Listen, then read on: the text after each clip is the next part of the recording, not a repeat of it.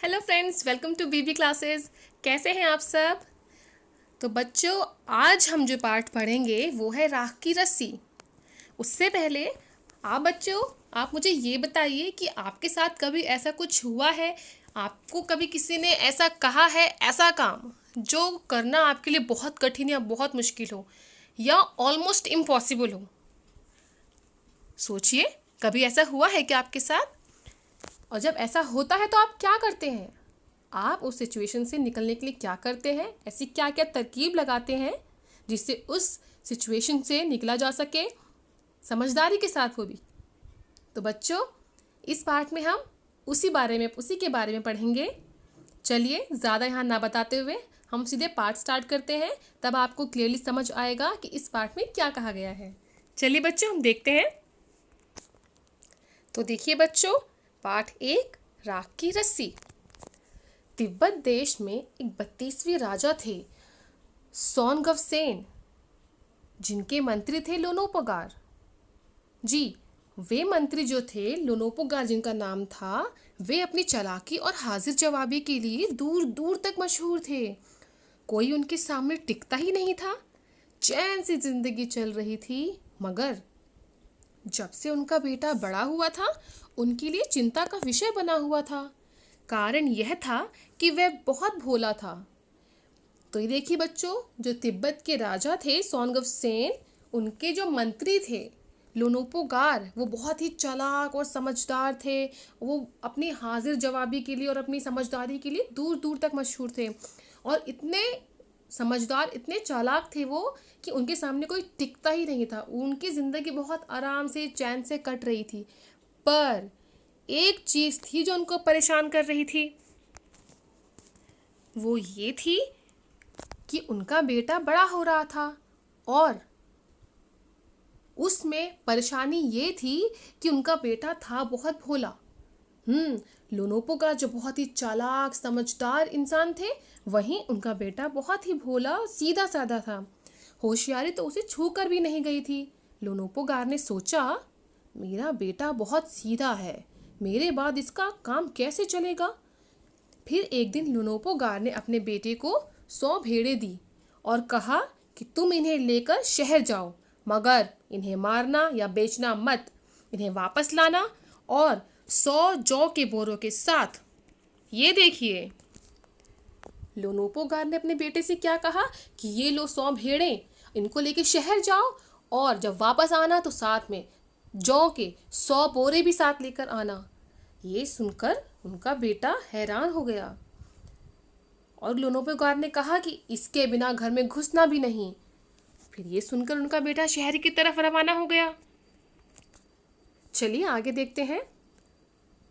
लोनोपोगार का बेटा शहर पहुंच गया, मगर इतने बोरे जौ खरीदने के लिए उसके पास रुपए ही कहाँ थे। वह इस सब समस्या पर सोचने विचारने के लिए सड़क किनारे जाकर बैठ गया, मगर कोई हल उसकी समझ में ही नहीं आ रहा था। वह बहुत दुखी था। तभी एक लड़की उसके सामने आ खड़ी हुई। क्या बात है, तुम इतने दुखी क्यों हो? लोनोपोगार के बेटे ने अपना हाल कह सुनाया। लड़की ने जब उससे पूछा कि तुम इतने दुखी क्यों हो, तो लोनोपोगार कहता है कि उसके पिताजी ने उसको 100 भेड़ें दी और ये कहा कि साथ में जब घर लौटो तो 100 बोरे जौ के भी साथ लेकर आना। ये सब हाल उसने जब उसको सुनाया तो लड़की ने उसको कहा, इसमें इतना दुखी होने की कोई बात नहीं, मैं इसका हल निकाल देती हूँ। इतना कहकर ही लड़की ने भेड़ों के बाल उतारे और उन्हें बाजार में बेच दिया। जो रुपए मिले उनसे जौ के 100 बोरे खरीद कर उसे घर वापस भेज दिया। लोनोपोगार के बेटे को लगा कि उसका पिता बहुत खुश होगा, मगर उसकी आप बीती पर उन्होंने ध्यान ही नहीं दिया। वह उठकर कमरे से बाहर चले गए। दूसरे दिन उन्होंने अपने बेटे को बुलाकर कहा, पिछली बार भेड़ों के बाल उतारकर बेचना मुझे जरा भी पसंद नहीं आया। अब तुम दोबारा उन्हें भेड़ों को लेकर जाओ, उनके साथ जौ के 100 बोरे लेकर ही लौटना। एक बार फिर निराश लोनोपोगार का बेटा शहर में उसी जगह जा बैठा। ना जाने क्यों उसे यकीन था कि वह लड़की उसकी मदद के लिए जरूर आएगी, और हुआ भी कुछ ऐसा ही। वह लड़की आई। उससे उसने अपनी मुश्किल कह सुनाई। आप तो बिना जौ के 100 बोरों के मेरे पिता मुझे घर में ही नहीं घुसने देंगे। लड़की सोचकर बोली, एक तरीका है। उसने भेड़ों के सींग काट लिए, उन्हें बेचकर जो रुपए मिले उनसे 100 बोरे जौ खरीदे। बोरे लोनोपोगार के बेटे को सौंपकर लड़की ने उसे घर भेज दिया। भेड़े और जौ के बोरे पिता के हवाले करते हुए लोनोपोगार का बेटा बहुत खुश था। उसने विजयी भाव से सारी कहानी कह सुनाई। सुनकर लोनोपोगार बोले, उस लड़की से कहो कि हमें 9 हाथ लंबी राख की रस्सी बना कर दे। उनके बेटे ने लड़की के पास जाकर पिता का संदेश दोहरा दिया। लड़की ने एक शर्त रखी, मैं रस्सी बना तो दूंगी मगर तुम्हारे पिता को वो गले में पहननी होगी। लोनोपोगार ने सोचा, ऐसी रस्सी बनाना ही असंभव है, इसलिए लड़की की शर्त मंजूर कर ली। अगले दिन लड़की ने 9 हाथ लंबी रस्सी ली, उसे पत्थर के सिल पर रखा और जला दिया। रस्सी जल गई मगर रस्सी के आकार की राख बच गई। इसे वह सिल समेत लोनोपोगार के पास ले गई और उसे पहनने के लिए कहा। लोनोपोगार रस्सी देखकर चकित रह गए। वह जानते थे कि राख की रस्सी को गले में पहनना तो दूर, उठाना भी मुश्किल है। हाथ लगाते ही वह टूट जाएगी। लड़की की समझदारी के सामने उनकी चालाकी धरी की धरी रह गई। बिना वक्त गंवाए लोनोपोगार ने अपने बेटे की शादी का प्रस्ताव लड़की के सामने रख दिया। धूमधाम से उन दोनों की शादी हो गई।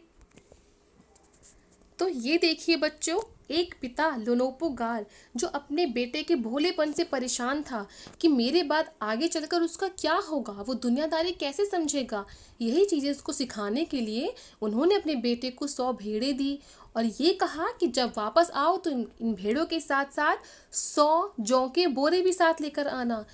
जब उनका बेटा जौ के बोरे साथ लेकर आया और उसने अपनी कहानी बताई कि कैसे उस लड़की ने उन भेड़ों के बाल बेचकर उसको 100 जौ के बोरे दिलवाए, फिर उन्होंने अपने बेटे को भेजा कि अब की बार जाओ और फिर से 100 जौ के बोरे लेकर आओ। तो दूसरी बार क्या हुआ, उस लड़की ने इन भेड़ों के सींग काट के उन पैसों से फिर से 100 जौ के बोरे उस लोनोपोगार के बेटे को दिलवा दिए। और जब आखिरी बार जब लोनोपोगार इम्तिहान ले रहा था उस लड़की का कि मुझे राख की रस्सी बना के दे 9 हाथ लंबी, तो उसमें भी उस लड़की ने अपना दिमाग इतना अच्छे से चलाया कि लोनोपोगार की चालाकी धरी की धरी रह गई और उन्होंने फौरन ही अपने बेटी की शादी का प्रस्ताव उस लड़की के सामने रख दिया। इसलिए रखा उन्होंने, ऐसा इसलिए किया क्योंकि उनको ये महसूस हो गया था, उनको ये पता चल गया था कि ये लड़की बहुत समझदार है, चालाक है और दुनियादारी अच्छे से समझती है। उनके बाद उनके बेटे को संभालने के लिए लड़की उनके साथ रहेगी तो वो बेटा उनका आराम से रह सकता है, उसको दुनियादारी समझने में या अपना जीवन यापन करने में किसी तरह की परेशानी नहीं होगी। तो इसी तरीके से ये पूरी कहानी राख की रस्सियाँ बच्चों पूरी होती है। अब आप बताइए आपको ये स्टोरी कैसी लगी। चलिए अब हम देखते हैं इससे रिलेटेड एक्सरसाइज। तो ये देखिए बच्चों, इस पाठ में पहला प्रश्न आता है कि तिब्बत के मंत्री अपने बेटे के भोलेपन से चिंतित रहते थे। तो आप बताइए आपके विचार से वे किन किन बातों के बारे में सोचकर परेशान होते होंगे। मेरे ख्याल से तो वो ये सोचते होंगे कि आगे चलकर उनके बेटे का क्या होगा, वह अपना खर्चा कैसे चलाएगा, जीवन यापन कैसे करेगा, दुनियादारी कैसे समझेगा, है ना। आप बताइए इसके अलावा भी और कुछ पॉइंट्स हो सकते हैं बच्चों। दूसरा प्रश्न है कि तुम तिब्बत के मंत्री की जगह होते तो क्या उपाय करते। मैं अगर तिब्बत के मंत्री की जगह होती तो मैं अपने बेटे को बहुत प्यार से तरीके से समझाती, उसको इस सिचुएशन में नहीं डालती, उसको प्यार से समझाने की कोशिश करती, है ना। आप बताइए आपके हिसाब से और क्या क्या तरीके हो सकते हैं कि अगर आप तिब्बत के मंत्री की जगह होते तो आप अपने बेटे को समझाने के लिए क्या क्या करते। चलिए बच्चों अब आगे देखते हैं। आगे पूछते हैं कि मंत्री ने अपने बेटे को शहर की तरफ रवाना किया था, है ना। तो उसमें पहला प्रश्न है कि मंत्री ने अपने बेटे को शहर क्यों भेजा था। मंत्री ने अपने बेटे को शहर में दुनियादारी समझने के लिए शहर भेजा था कि शहर में किस तरीके के लोग मिलेंगे उसे और किस तरीके से अपना जीवन यापन करना है, किस तरीके से लोगों के बीच बिहेव करना है, कैसे अपना खर्चा चलाना है। इस चीज़ के लिए मंत्री ने अपने बेटे को शहर भेजा था। अब दूसरा प्रश्न देखते हैं, उसने अपने बेटे को भेड़ों के साथ शहर में ही क्यों भेजा। सोचिए बच्चों, उसने अपने बेटे को भेड़ों के साथ ही शहर में क्यों भेजा था? तो इसका उत्तर ये हो सकता है बच्चों कि उसने अपने बेटे को भेड़ों के साथ शहर में इसलिए भेजा था क्योंकि वह अपने बेटे को समझदार और चतुर बनाना चाहता था, चालाक बनाना चाहता था, दुनियादारी समझ जा अपना उसका बेटा, वो इसलिए उसने भेजा था भेड़ों के साथ शहर। और ये भी कहा था साथ में कि ऐसे वापस नहीं आना है, तुम्हें साथ में 100 बोरे जौ के भी लेके आना है। तो ऐसा करने के लिए मंत्री के बेटे को अपना दिमाग चलाना पड़ता, कोई तरकीब निकालनी पड़ती, हाथ पैर मारने पड़ते, सोचना पड़ता कि मैं ऐसा क्या करूं कि इन भेड़ों को वापस लेके जब जाऊं और साथ में मेरे 100 जौ के बोरे भी हों। तो इन्हीं तरीकों के द्वारा ही वह जीवन यापन करने के जो तरीके हैं वो सीखता, लोगों के बीच कैसे रहना है, खर्चा कैसे उठाना है, ये सब चीज़ें सीखता। तो इन्हीं वजहों से मंत्री ने अपने बेटे को शहर भेजा था भेड़ों के साथ। अब बच्चों तीसरा प्रश्न है कि तुम्हारे घर के बड़े लोग कहाँ रहते थे? घर में पता करो, आस पड़ोस में भी किसी ऐसे व्यक्ति के बारे में पता करो जो किसी दूसरी जगह जाकर बस गए हों। उनसे बातचीत करो और जानने की कोशिश करो कि क्या वे अपने निर्णय से खुश हैं, और अगर अपने निर्णय से खुश हैं तो ऐसा क्यों। एक पुरुष, एक महिला और एक बच्चे से बात करो। यह भी पूछो कि उन्होंने वह जगह क्यों छोड़ दी। तो बच्चों इसके लिए आप अपने आस पड़ोस के लोगों से चीज़ें पूछ सकते हैं। अपने पहले बड़ों से पूछिए कि वो पहले कहाँ रहते थे, ठीक है। आस पड़ोस के लोगों से पूछिए कि वो कहाँ रहते थे, वो कहाँ से आए हैं, या आपके कोई पड़ोसी अगर यहाँ से चले गए हैं तो वो क्यों गए हैं। तो इन सब चीज़ों के लिए आप अपने आस पड़ोस के लोगों से चीज़ें पूछ सकते हैं। चलिए हम आगे बढ़ते हैं। चलिए बच्चों, अब हमारा जो अगला प्रश्न है वो ये है कि जौ एक तरह का अनाज है जिसे कई तरह से इस्तेमाल किया जाता है। इसकी रोटी बनाई जाती है, सत्तू बनाया जाता है और सूखा भून कर भी खाया जाता है। अपने घर में और स्कूल में बातचीत करके कुछ और अनाजों के नाम पता करें। जैसे और अनाज कैसे हो सकते हैं, जैसे यहाँ पे हमें दे रखा है गेहूँ, जौ, और भी कई तरह के अनाज होते हैं बच्चों। जैसे होता है बाजरा, मक्का, चना, ज्वार, सोयाबीन। ऐसे ही बहुत तरीके के अनाज होते हैं जिनको आप यहाँ पर लिख सकते हैं, और अपने बड़ों से भी आप पूछ सकते हैं कि ऐसे कौन कौन से अनाज हैं जो पहले खाया करते थे या जिनके उनको नाम पता हो। तो आप अपने बड़ों से भी बच्चों पूछिए। बाकी जो है मैं बता देती हूँ, जैसे बाजरा, चना, मक्का, सोयाबीन, ज्वार, ये सब आप यहाँ पे लिख सकते हैं, ठीक है। चलिए हम अगले प्रश्न की तरफ बढ़ते हैं। अब ये प्रश्न देखिए बच्चों, इसमें हमें संज्ञाओं के बारे में पूछा है और इन्होंने इसमें बांटा भी है। एक है व्यक्तिवाचक संज्ञा और एक है जातिवाचक संज्ञा। तो इनके बारे में एक पूरा मैं वीडियो अलग से बनाऊंगी संज्ञाओं के बारे में और इनके जो प्रकार होते हैं उन सब चीज़ों के बारे में। पर अभी जो ये क्वेश्चंस दे रखे हैं, हमें प्रश्न दे रखे हैं, हम इनको यहाँ पे सॉल्व कर लेते हैं। और जो मैं अलग से वीडियो बनाऊंगी संज्ञा का, वो आप ज़रूर देखिएगा तो आपको वो समझ आ जाएगा क्लियरली, ठीक है। इसके उत्तर मैं यहाँ पे आपको बता देती हूँ। जैसे यहाँ पर हमको ये कुछ शब्द दे रखे हैं बच्चों, ये शब्द जो दे रखे हैं, इन शब्दों को हमें बताना है ये कौन सा व्यक्तिवाचक संज्ञा है और कौन सा जातिवाचक संज्ञा है, ठीक है। तो व्यक्तिवाचक संज्ञा जो है वो है लेह, शेरवानी, तांबा और खिचड़ी। ये हुए व्यक्तिवाचक संज्ञा। अब उसके अलावा जो बचता है जैसे धातु, भोजन, शहर और विभूषण, ये हुए हमारे जातिवाचक संज्ञा, ठीक है। तो इनको आप दो अलग अलग कैटेगरीज में ऐसे बांट सकते हैं। चलिए अब हम आगे बढ़ते हैं। अच्छा, पहले उससे पहले कि ये क्वेश्चन और दे रखा है कि ऊपर लिखी हर जातिवाचक संज्ञा के लिए 3-3 व्यक्तिवाचक संज्ञाएं खुद सोच कर लिखिए। तो आपको अगर ये आती हैं तो आप लिखिए, वरना मैं आपको यहाँ पे आंसर बताती हूँ। आप भी खुद सोच सकते हैं बच्चों की और क्या क्या हो सकती हैं। जैसे ये व्यक्तिवाचक संज्ञा में जो ये धातु है, इसका अगर हम व्यक्तिवाचक संज्ञा निकालेंगे, बनाएंगे, तो क्या हो सकती हैं। जैसे हो सकता है सोना, चावल, दाल। उसी प्रकार से जैसे है ये, उसी प्रकार से ये भोजन जो है ये जातिवाचक संज्ञा है। इसकी व्यक्तिवाचक संज्ञाएं क्या क्या हो सकती हैं। चावल, दाल, रोटी, है ना। अब जैसे ये शहर है तो शहर का अब आप नाम बताइए, कुछ भी शहर, जैसे कोई भी हो सकता है, दिल्ली, मुंबई, कलकत्ता, हैदराबाद, है ना। ऐसे ही कई तरीके की इनकी व्यक्तिवाचक संज्ञाएं हो सकती हैं। अब जैसे है वेशभूषा, माफ़ कीजिएगा, वेशभूषा में हो सकती हैं कुछ भी, आपका सूट है, कमीज़ है, साड़ी है, धोती, कुछ भी चीज़ तो वो वेशभूषा में आ जाएगी। इस प्रकार मैं इसको और क्लियरली समझाऊंगी जो अलग से मैं वीडियो बनाऊंगी संज्ञाओं का, उसमें। ठीक है बच्चों, चलिए अब हम आगे देखते हैं क्या है।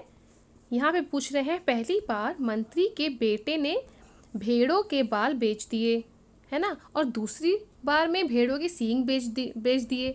जिन लोगों ने ये चीज़ें खरीदी होंगी उन्होंने भेड़ों के बालों और सींगों को क्या किया होगा? आप अपनी कल्पना से बताइए कि क्या किया होगा। जैसे भेड़ों के जो बाल होते हैं उनसे क्या बनता है? उनसे बनते हैं ऊनी वस्त्र, और जो सींग होती हैं, सींगों से बनती हैं सजावट के सामान, है ना। और भी इनका कई तरीकों से इस्तेमाल किया जा सकता है। तो बच्चों आप सोचिए इनका इस्तेमाल और कहाँ कहाँ हुआ होगा। अब इसमें देखिए बच्चों, इसमें कहा गया है बात को कहने के तरीके। इसमें नीचे कुछ वाक्य दिए गए हैं, इनको आपको अलग अलग तरीके से कहना है। जैसे एक है, चैन से जिंदगी चल रही थी। इसको आप किसी तरीके से भी कह सकते हैं अपने तरीके से, जैसे जिंदगी बहुत आराम से चल रही थी, या मेरी जिंदगी बहुत सुखद कट रही थी। आप इनको अपने तरीके से कह सकते हैं। उसी तरीका से होशियारी उसे छू कर भी नहीं गई थी। इसको आप अपने तरीके से बताइए आप क्या कहेंगे। जिसे तीसरे नंबर पे है, मैं इसका हल निकाल देती हूँ। तो यहाँ पर क्या आ सकता है? इसमें मैं इसके लिए कुछ उपाय बता सकती हूँ, या मैं कोई उपाय सुझा सकती हूँ, तरीका बता सकती हूँ, है ना। इसी तरीके से आप इनको अपने वाक्यों में, अपने शब्दों में लिखिए। इन वाक्यों को आप कैसे लिख सकते हैं, चलिए हम आगे देखते हैं। अब ये देखिए बच्चों, बहुत इंटरेस्टिंग क्वेश्चन है, बहुत ही दिलचस्प है। आप ये देखिए, यहाँ पूछते हैं, बता रहे हैं हमें कि लोनोपोगार का बेटा होशियार नहीं था, है ना। अब क्वेश्चन नंबर काम में पूछ रहे हैं, होशियार और चालाक में क्या फ़र्क होता है? किस आधार पर तुम किसी को चालाक या होशियार कह सकते हो? इसी प्रकार आपको बताना है कि भोला और बुद्धू में क्या फ़र्क होता है ना। चलिए अब आप बताइए इसमें क्या फ़र्क हो सकता है। जैसे कि होशियार का मतलब हो सकता है समझदार होना, और वहीं चालाक का मतलब होता है अत्यधिक चतुर, है ना।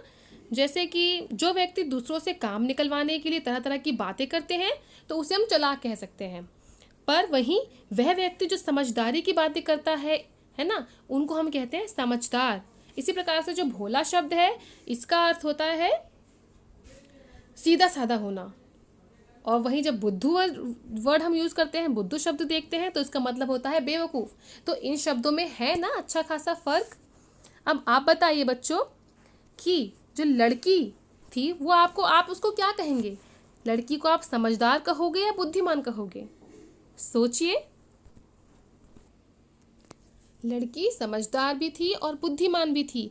वह अपनी बुद्धि के बल पर हर समस्या का समाधान समझदारी के साथ निकाल सकती थी, इसलिए लड़की समझदार भी थी और बुद्धिमान भी थी, है ना। अब बच्चों यहाँ देखिए, बहुत इंटरेस्टिंग है ये चीज़। इसमें जो कहा गया है वो ये कि लोनोपोगार के बेटे का कुछ नाम नहीं दिया गया था कहानी में, है ना। और उस लड़की का भी कोई नाम नहीं था, बस उसको उस लड़की और लोनोपोगार का बेटा इन्हीं तरीक़ों से कहानी में बुलाया गया है। अब आपको क्या करना है, आपको जो आपकी किताब में यहाँ पे तिब्बत के बच्चों के नाम दिए गए हैं, क्योंकि तिब्बत में बच्चों के नाम कैसे रखे जाते हैं, लोगों के नाम कैसे रखे जाते हैं।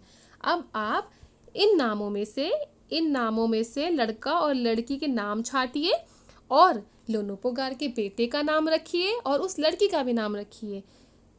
और हाँ, नाम रखते हुए उन नामों के मतलब भी साथ में दिए गए हैं, उसी हिसाब से कि इस कहानी में उस बेटे का किस तरीके का किरदार था और उस लड़की का किस तरीके का किरदार था, उस तरीके के उसी हिसाब से आप लड़का और लड़की का नाम रखिए।